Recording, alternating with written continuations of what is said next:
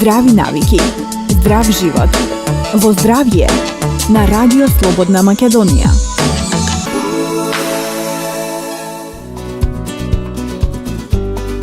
Добар ден, почитувани слушатели. Јас сум Александар Динев, а вие ја слушате емисијата Здравје на Радио Слободна Македонија.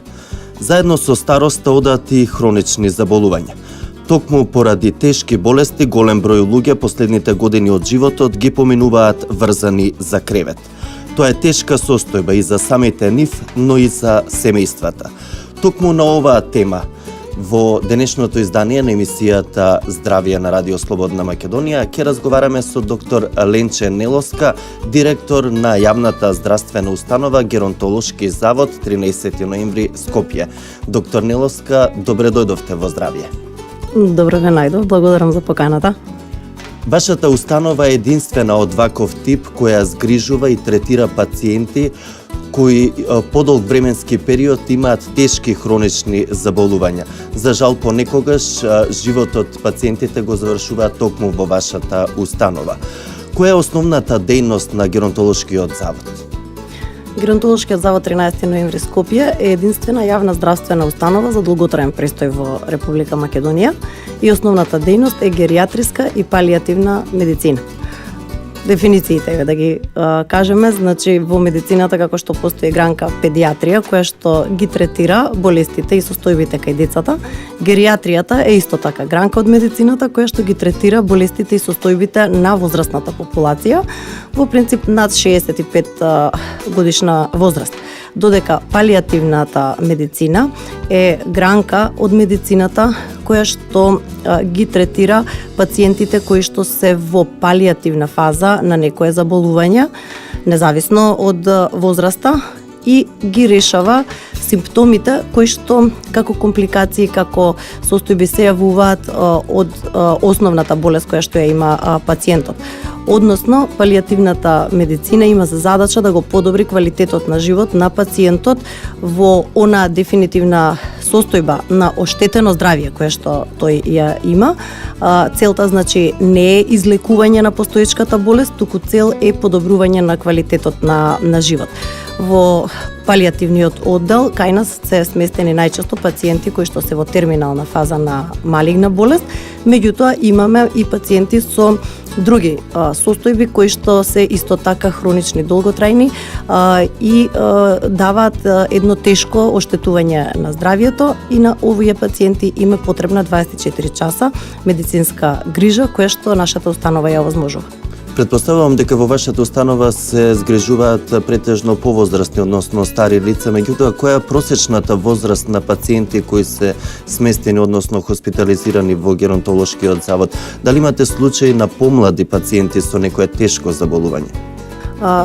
Токму тоа, значи во одделот геријатрија, каде што се сместуваат пациенти кои што се над 65 годишна возраст, на кои што им е потребна 24 часа медицинска грижа, и просечната возраст ни е таму негдека од меѓу 78 и 80 години. Додека вкупниот просек на установата е 70 години, од причина што во одделот за палијативна грижа се сместуваат и пациенти кои што се помлади. Значи, влезот во палијативниот оддел е дијагнозата, не е возраста, за разлика од одделот геријатрија, каде што влезот е пред се возраста со дијагнозата.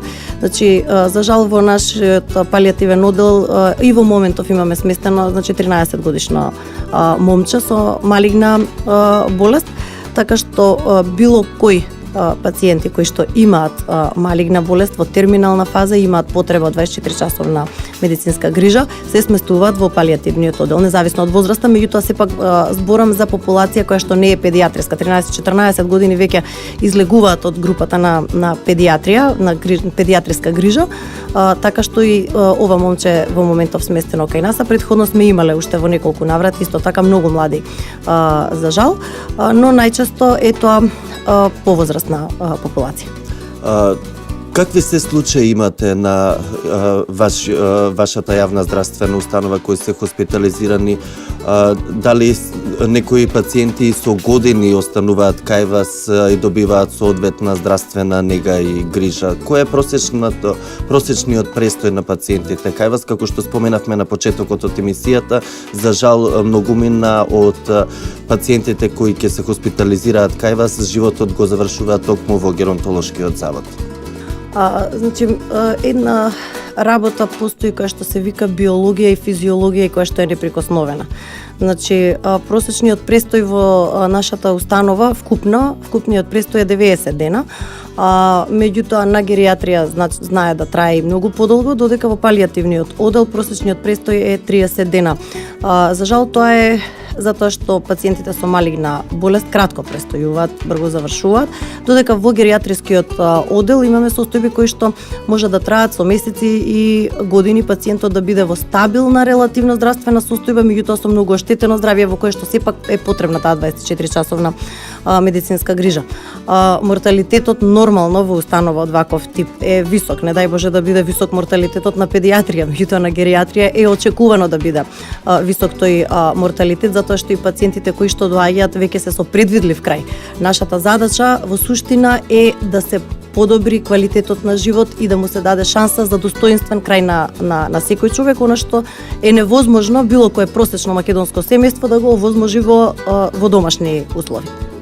Во јавноста секогаш може да се слушнат разговори дека тешко се доаѓа до место во геронтолошкиот завод.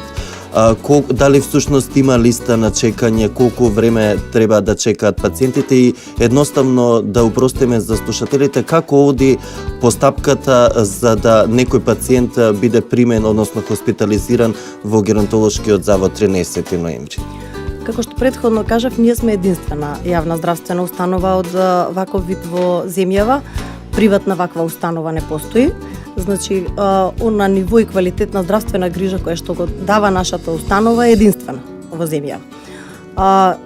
Капацитетот кој што го имаме е 180 кревети во геријатрискиот оддел, 75 палијативни кревети во Скопје, 73 во Битол и во Старскиот дом. Во Старскиот дом имаме 100 кревети, меѓутоа тоа е социјална форма на згрижување. Сега, тие кревети се за цела Македонија.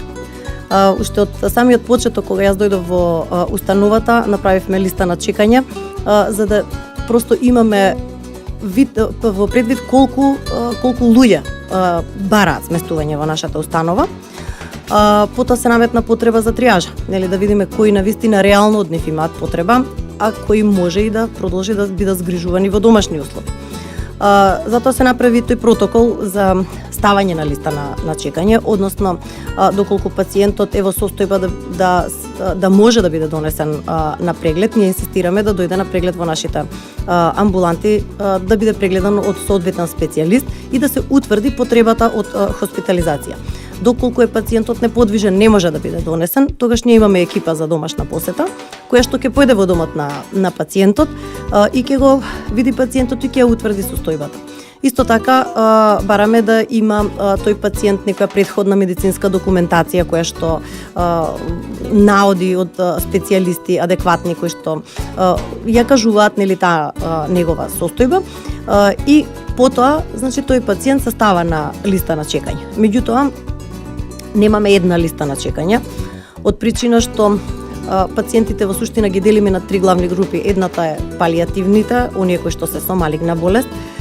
Другата група се пациенти со хронично трауматски состојби, например мозочни удари, скршеници и така натаму. И третата група се пациенти со деменција. Овие три групи на пациенти побаруваат поинакви услови, поинаков тип на грижа. И заради тоа се така групирани. Имаме три листи на чекање, а потоа тие се делат на машки и женски, затоа што собите кои што ги имаме се машки и женски, имаме три основни, во суштина 6 листи на чекање. Така што кога ќе кажат понекогаш ќе ми се јават луѓе, нашиот е на трето место или на четврто место, не може да се смета на кое место е човекот на листата на чекање, од причина што зависно каде во кој оддел имаме слободен кревет и дали пациентите кои што се нели наред треба да бидат примени, дали се адекватни за тоа сместување. Например, не можам јас некој пациент кој што е со деменција да го сместам на интензивна нега, затоа што ќе наштети и себе си и на другите пациенти. Така што е малце комплицирано од друга причина, затоа што многу често луѓето имаат погрешна представа дека тоа е дом за стари и дека треба само кревет да постои. Апсолутно не е точно. Да, значи ние сме ќе објасниме функцијата на вашата установа, меѓутоа дали кога сме кај листите на чекање, дали има приоритет на некои одредени пациенти со итност за да бидат пред време хоспитализирани, како што е имам мој термин сигурно и во вашата здравствена установа. Мој термин, да. Се од самиот почеток на проектот Мој термин, нашата установа е вклучена. Меѓутоа, главно во Мој термин се нели прегледи на популација која што е функционална, која што има потреба од некаков специјалистички преглед.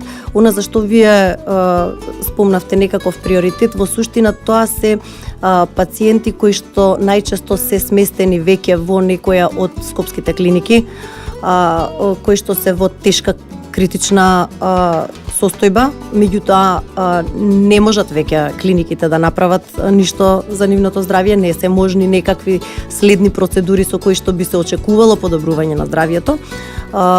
Туку се веќе во една палијативна состојба, така да тоа се често пациенти од карел, од неврохирургија, од неврологија, значи од скопските клиники со кои што се обидуваме колку што е можно повеќе нели да комуницираме, за да нели имаме представа за каков тип на пациент се работи и дека таков вид на пациент просто е невозможно дома да биде отпуштен од пример од клиника, од некоја од клиниките, и да биде отпуштен дома, затоа што дома е невозможно да се грижи семејството за таквите пациенти и тие биваат обично префрлени од некоја од скопските болници во нашата установа. Многу често тоа се исто така и пациенти кои што се во вигилна кома од најразлични причини, така да за овие пациенти во принцип гледаме најбрзо можно да ги згрижиме, независно нели од листите на чекање.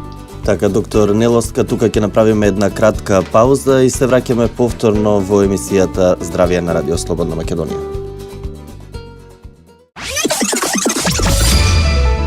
Реклами.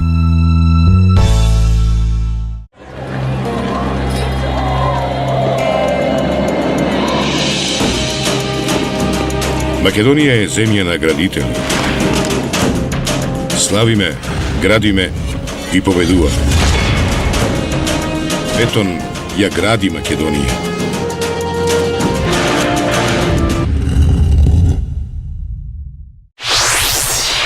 Радио Слободна Македонија.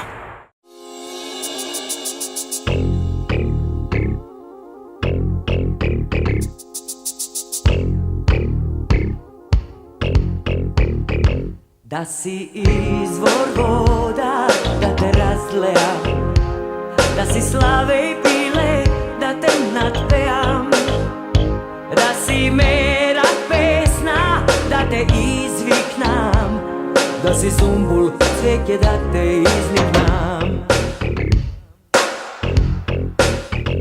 Да си алтан сонце, да те изгреам, да си јазган ветер, да те развеам, да си чемен отров, да те испијам, да си срце вгради, да те успијам. Да си чемен отров, да те испијам, да си срце вгради, да те успијам.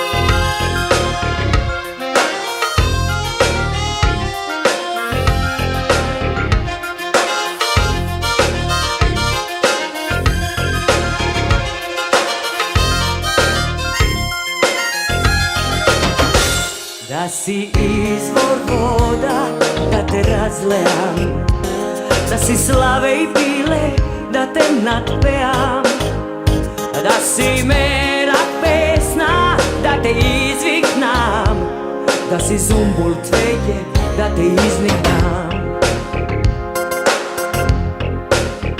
Da si merak pesna, da te izviknam, da si zumbul cveće, da te izniknam.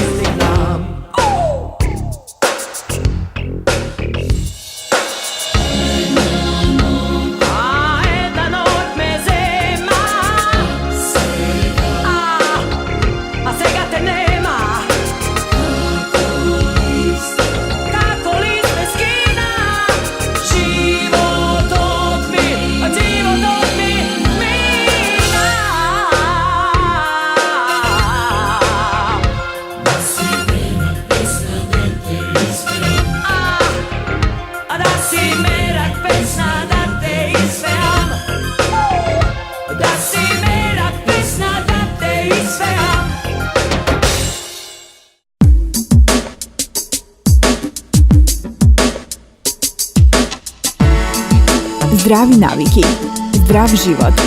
Во здравје на Радио Слободна Македонија.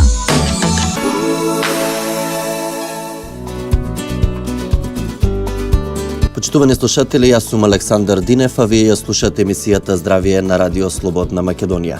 Денешен мој соговорник е доктор Ленче Нелоска, директор на јавната здравствена установа Геронтолошки завод 13 ноември Скопје. Доколку имате прашања од областа на здравството, може да пишете на нашата имейл адреса zdravje@rsm.mk, па со некој од моите соговорници во наредните изданија на емисијата Здравје ќе се потрудиме да ви дадеме соодветен одговор. Доктор Нелоска, да продолжиме со разговорот. Значи, Геронтолошкиот завод, како што споменавме на почетокот, е единствена јавна здравствена установа од ваков тип која згрижува и третира пациенти со најтешки заболувања кои за жал се при крај на својот живот. Како оди третманот? Значи, како го почнуваат денот пациентите кои се хоспитализирани во Геронтолошкиот завод? Што се добиваат од страна на лекарите и вработените во вашата здравствена установа со која раководите? Значи, болницата има една собствена рутина која што функционира. Значи, имаме 30 доктори вработени во установата, од кои што 18 се специјалисти. Најголем дел се од областа интерна медицина. Имаме невропсихијатар, психијатар, физијатар, специјалист по медицинска биохемија. Јас сум дерматолог. Имаме веќе 5 млади доктори пратени на специјализација од овие области. Очекуваме во следните 4 години, нели, да завршат специјализацијата и да се вратат и да го зајакнат тимот. Дел од тимот во установата исто така се социјални работници, имаме психолог и суштинскиот дел на болницата исто така се, значи, медицинските сестри и негувателките, кои што од свој аспект се грижат, нели, за пациентите. Така што дневната рутина во суштина започнува со, како и кај сите луѓе, нели, со утринска тоалета. Така што медицинските сестри ја завршуваат и негувателките таа работа, ја завршуваат утринската тоалета, ги подготвуваат пациентите за визита, која што следи потоа. Од друга страна, рутината на лекарите почнува со еден утрински состанок, на кој што се реферираат случаите кои што претходниот ден биле хоспитализирани. Дежурниот лекар реферира настани од изминатата ноќ, интервенции и компликации кај пациентите кои што се хоспитализирани. Задолжително секој дневно се прави визита на пациентите кои што се на интензивна нега. Потоа докторите прават визита по сопствените одделенија кои каде работи, нели, дали на хронично, во палијативниот оддел по спратови, се прават визити кај секој еден пациент, се врши интервенции во терапијата, значи зависно по индикација што е како е потребно кај пациентите. Потоа следи доручек за пациентите, ја примаат терапијата, потоа доаѓаат физиотерапевтите, па работат со нив зависно нели кај кој пациент што е потребно, што е препишано под надзор на нашиот физијатар. Потоа се вклучуваат тука исто така и социјалните работници со дневни настани, празници, околу празници социјалните работници организираат општествени социјални активности, значи се вклучуваат деца од основни училишта, од градинки, од факултети различни, студентите доаѓаат од различни аспекти, значи се покриваат некакви теми заеднички интереси. Понатаму, нели како што тече денот, онака што е потребно како терапија се дава еднаш, два пати, три пати, зависно од потребите на пациентот, 3 пати дневно оброк, кај диабетичарите одат дополнителни оброци заради нели болеста состојбата која што ја имаат. За посета сме отворени најмногу, мислам, од сите од 10 часот наутро до 20 часот навечер е можна посета од семејствата, значи во собата во која што пациентот престојува, семејствата може да се вклучат во било кој дел од негата, да кажам, и грижата за пациентот онолку колку што сакаат, така што геријатријата и палијативата во суштина подразбира нели работа со пациентот, неговите потреби, меѓутоа паралелно и со семејството и разговори со семејството, какви се очекувањата, што може следно да се направи, да се подготви семејството за еден близок момент на загуба на близок човек, значи тука се вклучува и психологот, понекогаш и свештени лица доколку семејството побара или пациентот побара, така да имаме еден комплексен пристап, да кажам, во целата приказна за да се извлече најмногу што може за секој пациент и за секој едно семејство. Со една реченица кажано, пациентите кои се хоспитализирани кај вас добиваат 24 часовна континуирана здравствена заштита и нега. Кога сме кај пациентите кои се примаат во геронтолошкиот завод, односно се хоспитализираат, дали на почетокот споменавте дека обично тоа се пациенти со тешки состојби, со тешко здравствено, односно со тешка болест, кои најчесто доаѓаат или се препраќаат од скопските клиники. Дали имате случаеви само иницијативно семејството да побара да биде примен некој нивни близок, повозрастна особа која е во релативно не толку тешка здравствена состојба, едноставно поради обврски да не можат да се грижат за него и сакаат да го однесат во геронтолошкиот завод? Да, па тоа е најчесто и забуната, затоа што ние не сме дом за стари лица, значи имаме во склоп на установата дом Мајка Тереза, каде што се згрижуваат, таму не се пациенти, туку се веќе корисници, живеат, значи во Мајка Тереза, каде што има социјална заштита, здравствената е од аспект на тоа што постојано има медицинска сестра, значи и во старскиот дом, која што прави контрола нели на притисок, шеќер и така натаму, на основни некои параметри, и ако некој од пациентите има потреба од медицинска помош, тогаш тој бива донесен нели во амбулантите во геронтолошки завод, ќе биде виден од специјалисти, ќе му се даде онаа помош која што му е потребна. Меѓутоа, тоа е социјална форма на згрижување. Така што тоа е главно најчесто недоразбирање, кога ќе инсистираат семејствата да биде пациентот сместен во болничките оддели, а реално тој нема индикација за да биде сместен во болничките оддели на геронтолошкиот завод, туку треба да биде сместен во социјалниот дел на сместување, односно во старски дом. Така да има често такви ситуации, меѓутоа се обидуваме на семејствата да им објасниме која е улогата на установата и што би било најадекватно нели за нивниот близок. Имате ли некоја статистика неделно колку пациенти се примаат, колку пациенти за жал го завршуваат животот, или има и среќни моменти кога си заминуваат па понатаму продолжуваат уште неколку години од нивниот живот?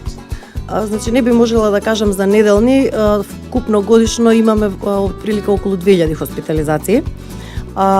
И она што за жал кај нас се случува, пациентите обично се носат во многу тешка здравствена состојба, значи непосредно пред крајот на животот, затоа што се уште установата носи една стигма на старски дом каде што семејствата ги носат своите блиски за кои што не сакаат да се грижат.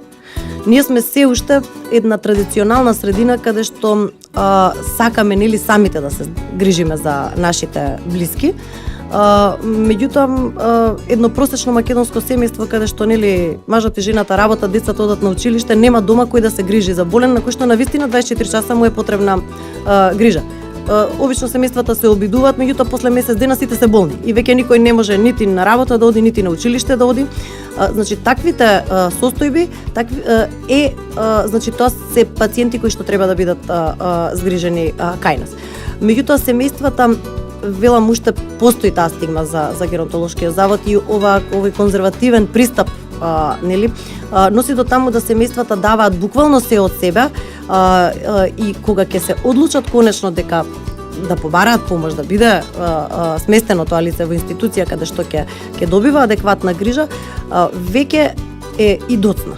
И многу доцна. Значи во ситуации кога побаруваат помош порано и кога ние имаме можност да интервенираме, имаме случаи каде што значајно се влијаело на здравствената состојба, да се стабилизираат симптоми пациентот, да се стабилизира, да се врати во една добра состојба, каде што со месеци, дури и години може да му се продолжи животот. Значи, ние можеме да направиме нешто, меѓутоа сме сепак лимитирани од капацитетите кои што ги има тој пациент и каква можност ќе имаме ние нели да интервенираме. Особено ова е битно кај пациенти со малигни болести. Значи сме имале случаи каде што пациент кога стигна во нашата установа, ние мислевме дека по сите параметри дека брзо ќе заврши.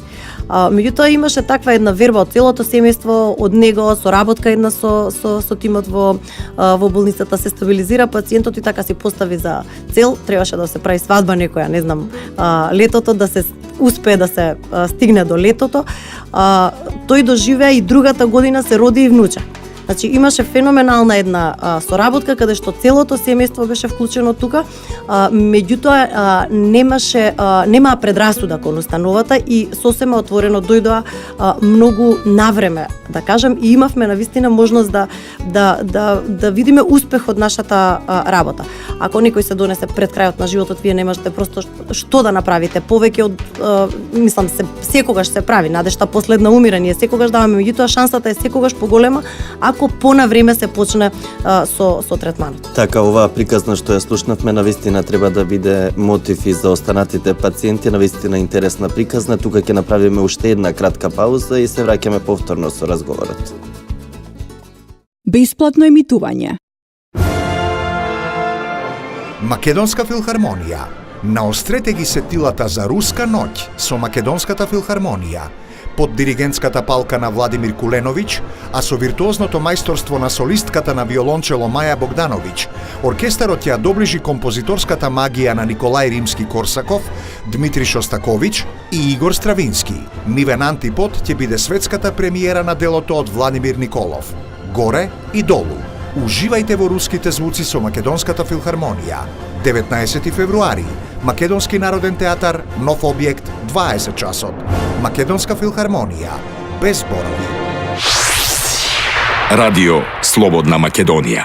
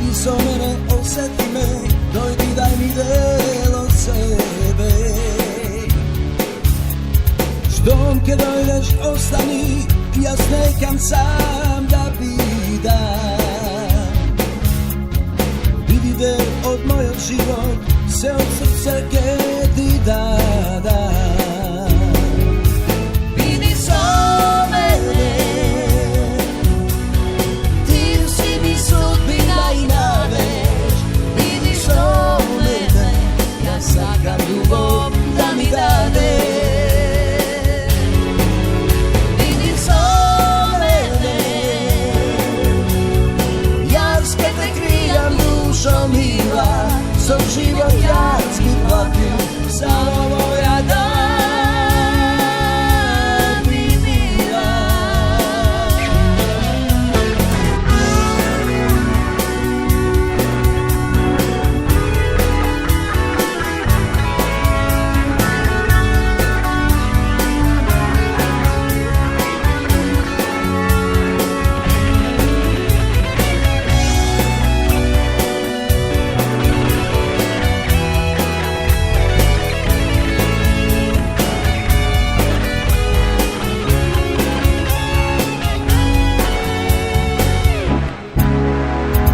Vidi moja svetla nadež, sonuvaj me i sakaj me. Izbriši mi gizozite, pregurni me i bakni me.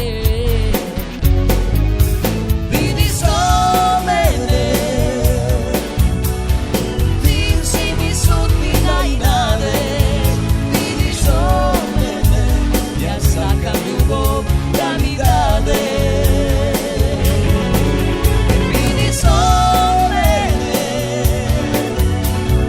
jaske te krija dušo mila, so život ja si platila, samo moja da bi bila.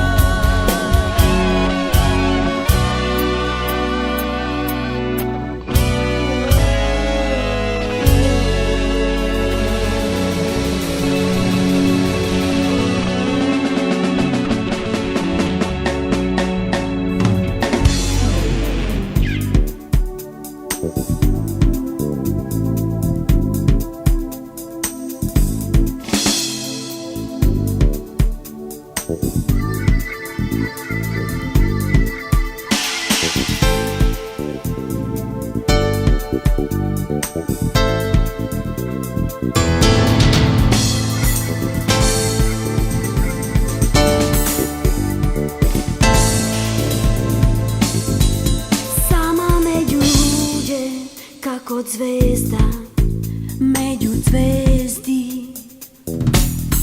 Čekam novi vetrovi da duvnat i odnesa do tebe. Bistri solzi jaske iz rona na kamen studen. Srce ke mi ostane praznina, što ke me boli. Pobaraj me so pesna da mi kažeš i da zapevam. Zadrži me po prekratka za son, da zaspijam. Pobaraj me so pesna da mi kažeš i da zaplačam. Daj mi samo sila nebesna da živeam.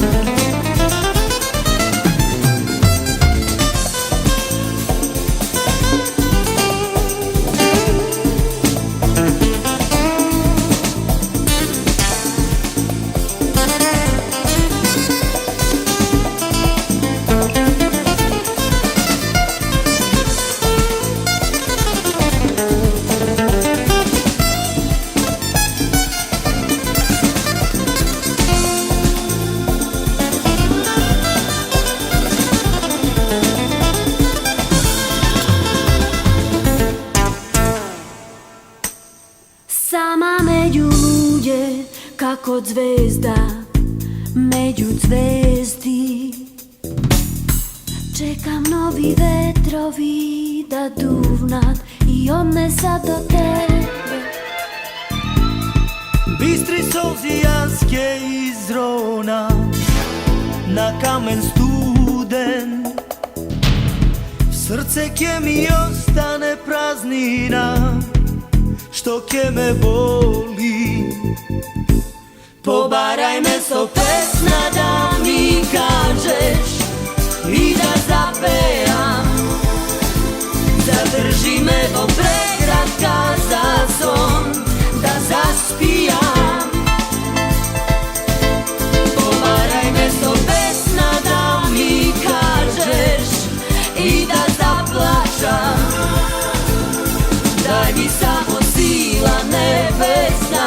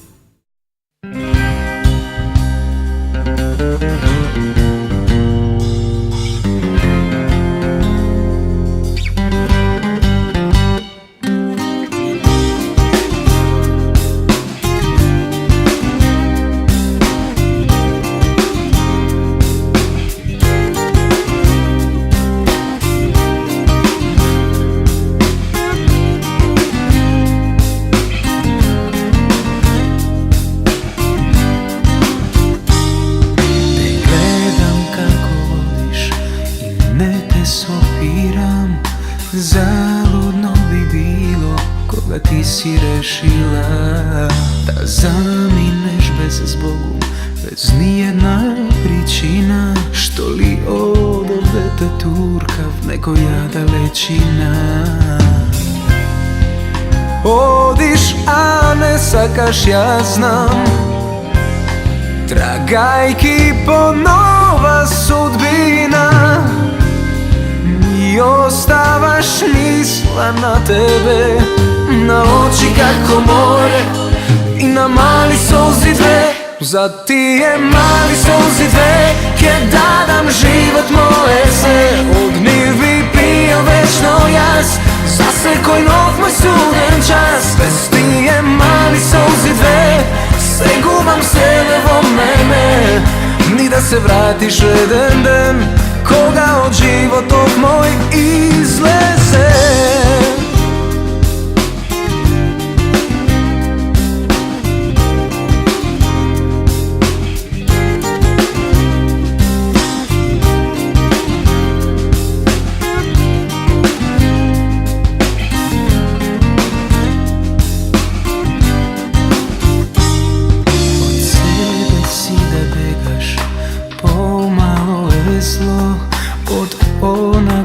Сакаш да си сам без никого, но душа што те праша, постоиш и не.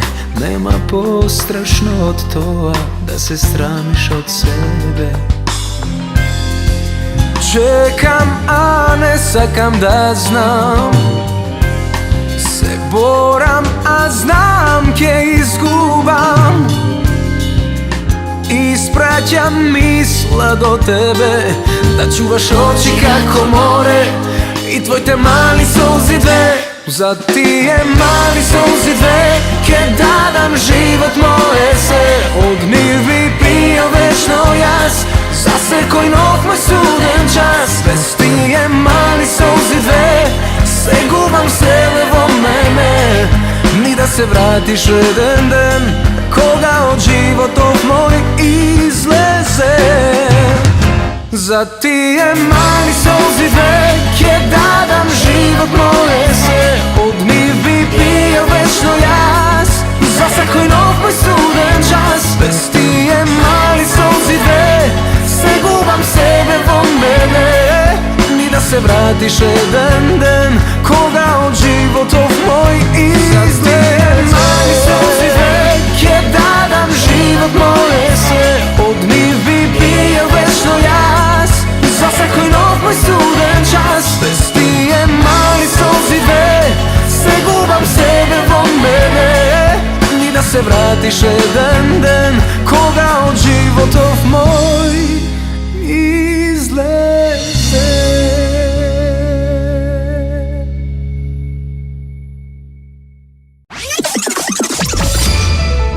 Реклами.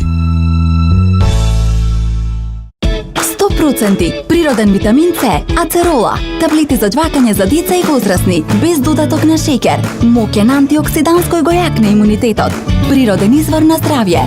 Ацерола од алкалоид. Пред употреба, внимателно да се прочита упатството за индикациите, ризикот од употреба и несаканите дејства на лекот. Консултирајте се со вашиот лекар или фармацевт. Здраво, што се прави? Проблем? Каков? Машки или женски? Унисекс. Пази, животна равенка. Кога имаш време, немаш пари. Имаш пари, немаш време. Кога имаш пари, тогаш фали добро време. И шо и фали? Ништо, равенката си е супер. Тебе ти фали нов ангажман. Дали си ти најновиот член на успешниот тим на СП? Ако имаш завршено средно образование и желба да работиш во супер компанија. Повеќе информации на skopskipazar.com.mk или контакт телефон 2 404 104. Ги има сите информации како да станеме колеги. СП, вашата следна убава приказна. Радио Слободна Македонија.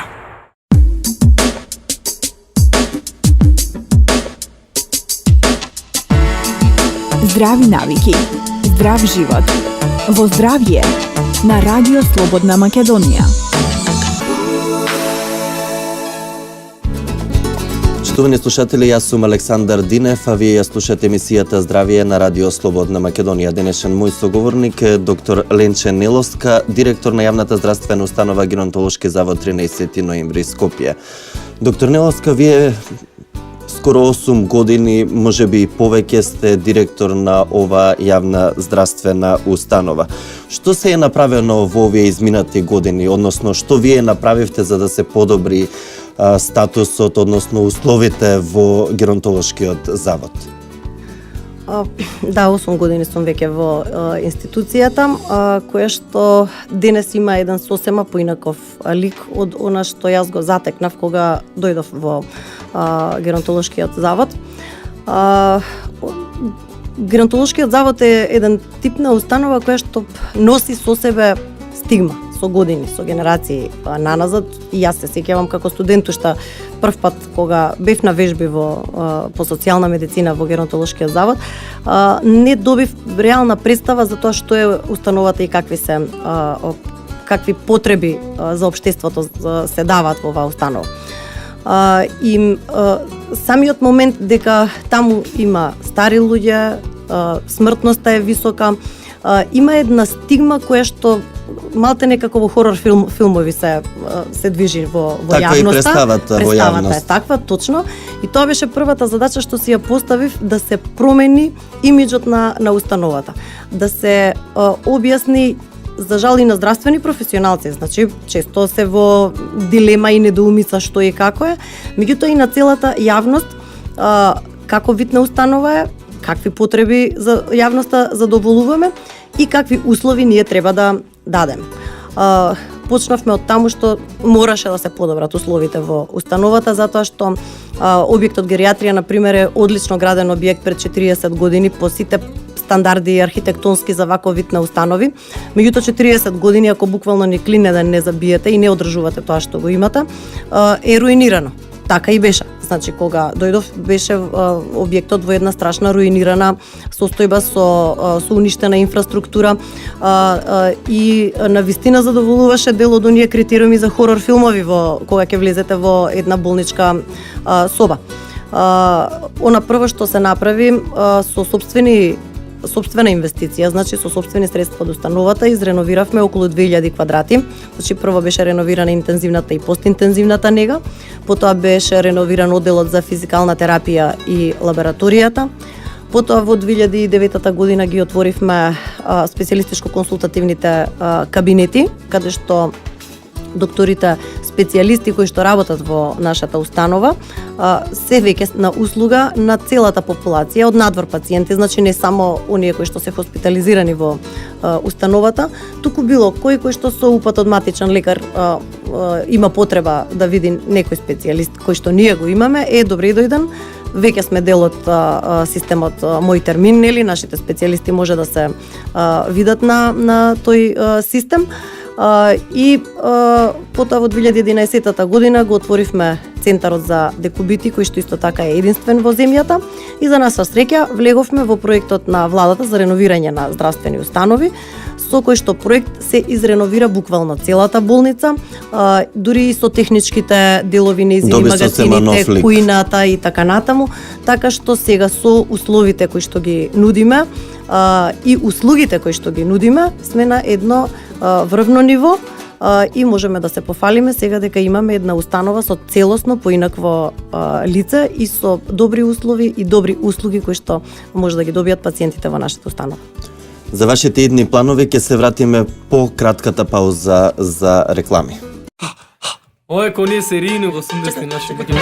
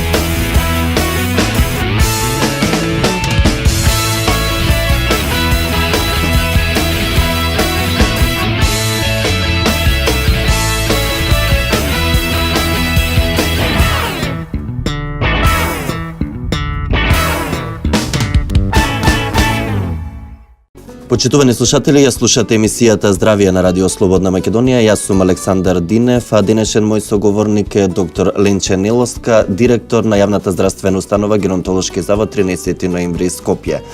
Доктор Нелоска, пред самиот крај на емисијата да ги слушнеме и плановите за воиднина за Геронтолошкиот завод. Што планирате да направите за да се подобри уште повеќе состојбата во оваа јавна здравствена установа? Ние сега ги прошируваме дејностите. Значи, затоа што со овие капацитети кои што ги имаме се максимално искористени. Со отварањето на Центарот за декубити во 2011 година започнавме со услуги и со една тема, област во медицината која што не е многу популарна никаде во светот, особено кај нас не беше третирано системски протоколарно како што е потребно. Значи, затоа што ова е патологија која што многу често се гледа кај пациенти кои што доаѓаат во нашата установа, значи потенцирам доаѓаат веќе со декубити на своето тело. Ние направивме протоколи, односно прифативме протоколи кои што се препорачани од европските и светските организации, и овие протоколи се применуваат и видовме дека имаме многу позитивни резултати.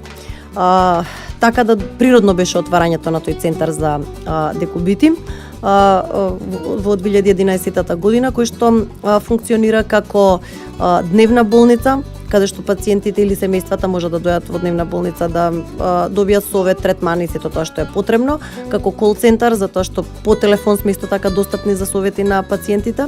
Имаме екипа за домашна посета која што се движи на територијата на градот Скопје. Исто така и во хоспиталниот дел, значи се сместуваат пациенти каде што основна причина за негова хоспитализација е појава на декубит. Декубитот како рана спаѓа во... Навистина, декубитот е една сеопфатна тема, многу поширока област и предлагам да се навратиме и подетално да ја обработиме во некоја од наредните емисии на емисијата Здравје. Ви благодарам што бевте дел од денешното издание на емисијата Здравје на Радио Слободна Македонија. Се надевам дека слушателите имаат појасна представа како всушност функционира и која е основната функција на Геронтолошкиот завод 13 ноември. Благодарам за поканата. Почитувани слушатели, тука е крајот на емисијата Здравје во продукција на Трговско радиодифузно друштво Радио Слободна Македонија. Јас сум Александар Динев. Денеска сме 16 февруари 2015 година. Ви закажувам повторна средба во среда во 10 часот и 5 минути, а како што знаете, во среда разговараме за здравата храна и здравиот начин на живот. До слушање.